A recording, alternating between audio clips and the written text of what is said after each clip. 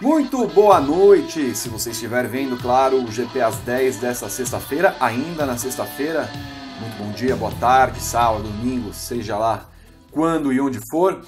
Vitor Martins, eu mesmo, para falar a respeito de algo que não debatemos no Paddock GP, que na terça-feira, no Paddockcast na quinta-feira, e que eu vim matutando ao longo da semana para falar, e ainda bem que nenhum dos nossos colegas falaram nos vídeos anteriores, o Rodrigo Berton, mas eu queria tratar de um assunto de como a Fórmula 1 tenta se renovar, mas que deveria também pensar num ponto principal, que são os astros que fazem a Fórmula 1. Vou explicar a respeito. A Fórmula 1 tenta, talvez sem muito sucesso, mudar as regras aqui e ali, e nesse ano foi na parte aerodinâmica, nas asas, para ver se facilita as ultrapassagens e promove corridas mais emocionantes, embora aquela asa móvel seja um artifício dos piores que tem, porque muitas das vezes deixa o piloto que está defendendo a posição numa forma indefesa, porque não tem condições de segurar a posição, e a asa aberta acaba sendo realmente artificial demais na disputa por posições. Mas a Fórmula 1 tenta lá fazer as suas questões regulamentares funcionarem. Não creio que isso tenha acontecido na Austrália. E promove fora dela, com essa nova direção, algo mais atrativo para o público. Então, faz aliança com Chemical Brothers para ter uma música nova, tem novos GCs, tem novas formas de você mostrar para o público, tem o aplicativo, a Fórmula 1 TV. Então, hoje, você olhar para a Fórmula 1, né, você tem todo aquele aparato, 5 minutos antes da corrida, você tem a apresentação dos pilotos, a música clássica, e quando eu digo clássica, não é clássica porque vem de muito tempo, mas o som da música num formato clássico, e também tem essa mescla com o fato do Chemical Brothers fazer música eletrônica. Mas o meu ponto é, não adianta muito também a Fórmula 1 se mexer, matutar para ter essas mudanças, quando os astros, os 20 astros da categoria, acabam se comportando de uma forma contrária a essa atração. E eu explico por quê. Eu explico mais por causa da questão do Leclerc chegar do jeito que chegou a Ferrari, com condições de brigar com o Vettel, coisa que o Raikkonen não fez nos seus anos de Ferrari. Ele nunca andou atrás do Vettel a ponto de acossá-lo.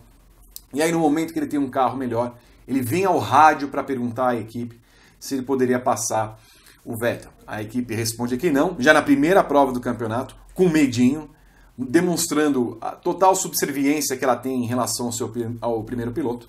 E aí ela pede para que ele recolha a posição e se mantenha distante. Foi tão burra a Ferrari, por exemplo, que nem para tentar fazer com que o Leclerc fizesse a melhor volta, já que ele tinha uma distância considerável pelo Magnussen, para no box, bota pneu novo e tenta pelo menos o ponto da melhor volta. Nem isso a Ferrari fez.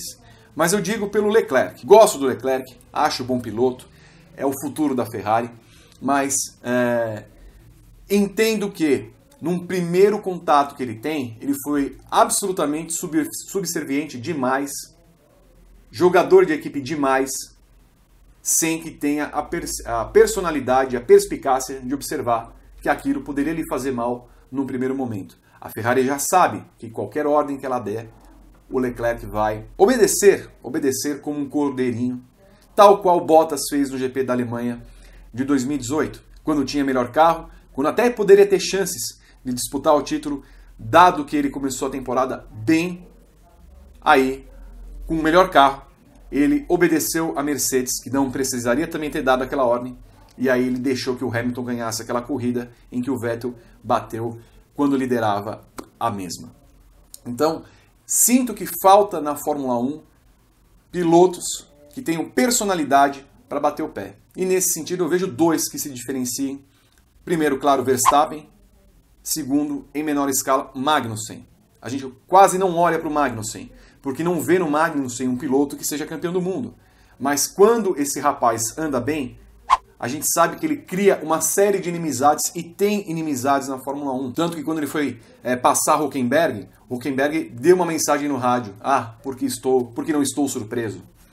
Mas faltam personalidades, faltam pessoas que chamem a nossa atenção.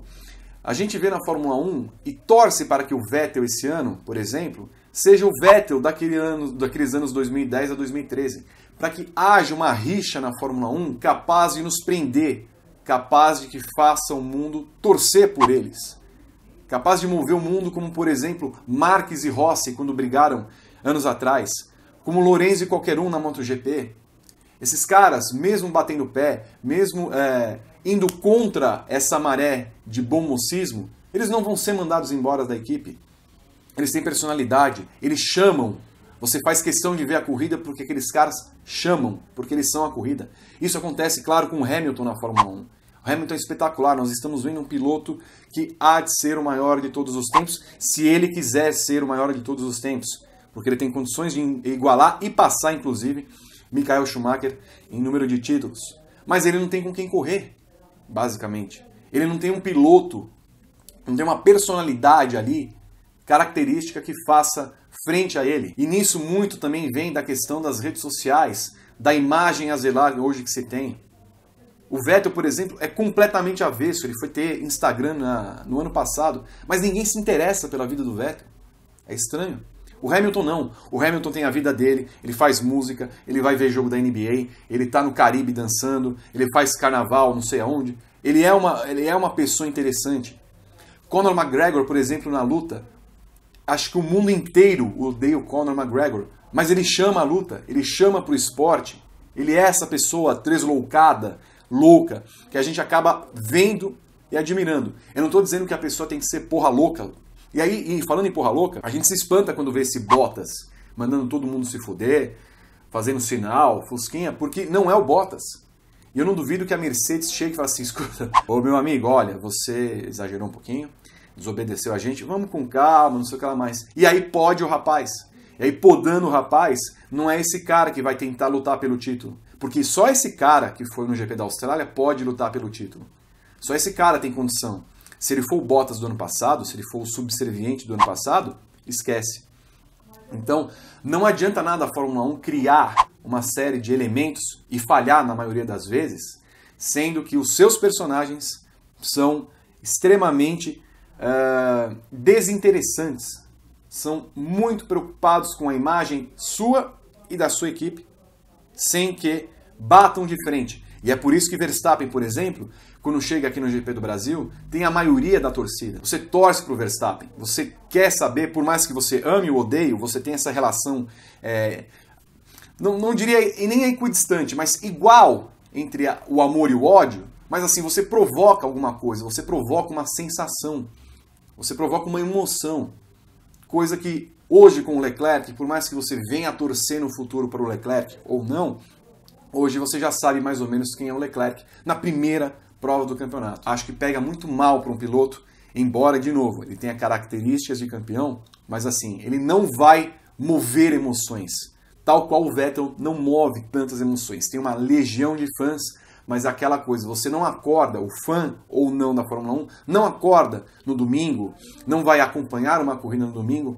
para ver o Vettel, porque o Vettel dificilmente produz coisas, a não ser porque o Vettel é um cara até engraçado, mas assim, produz coisas interessantes que chamem a atenção da Fórmula 1. Não é um Ricardo. O Ricardo pode não ser o melhor piloto do mundo, é um dos melhores, mas não é obviamente o melhor, mas é difícil você não gostar do Ricardo, porque ele é uma pessoa tão agradável, ele é um cara de características agradáveis.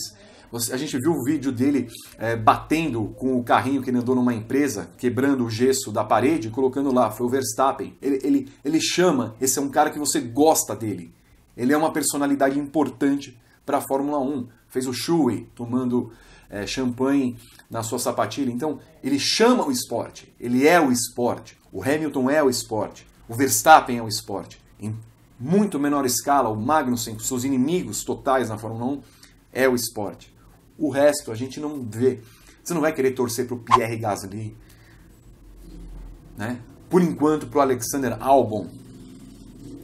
Pelo fato de ele ser tailandês, nossa, vamos torcer para um país que não tem nenhum vínculo com a Fórmula 1. Então, me ressente a falta de pessoas que fazem com que a Fórmula 1 seja algo maior. Federer e Nadal e Djokovic os 3 gigantes do tênis hoje. Você pode não acompanhar o Masters 1000, um Grand Slam, mas quando você vê que tem um desses 2, ou 2 desses 3, um desses 3, 2 desses 3, nas finais, você vai acompanhar o jogo. Porque são grandes, são 3 personalidades diferentes entre si, mas que você quer ver, porque o espetáculo é bom, porque são bons de fala, porque ali atrás das redes mantém uma amizade, mas é claro, uma rivalidade entre eles, porque eles são um esporte. Então, não adianta a Fórmula 1 querer criar uma série de coisas, sendo que os pilotos baixam a cabeça o tempo inteiro. Quero saber a opinião de vocês. Estou certo? Errado? Comentem, compartilhem, sigam, inscrevam-se nesse canal. Quero muito ouvir a opinião de vocês a respeito, tá bom? Eu fico por aqui nessa sexta-feira outonal aqui no Hemisfério Sul. Desejo para vocês um grande final de semana, uma boa semana aqui vem. Acompanhemos e esperemos o que será do GP do Bahrein na semana que vem. E, claro, nesse final de semana, o GP no Circuito das Américas, Cota da Indy, em que diz Gabriel Curti, Rodrigo Berton, Alexander Rossi, adiante.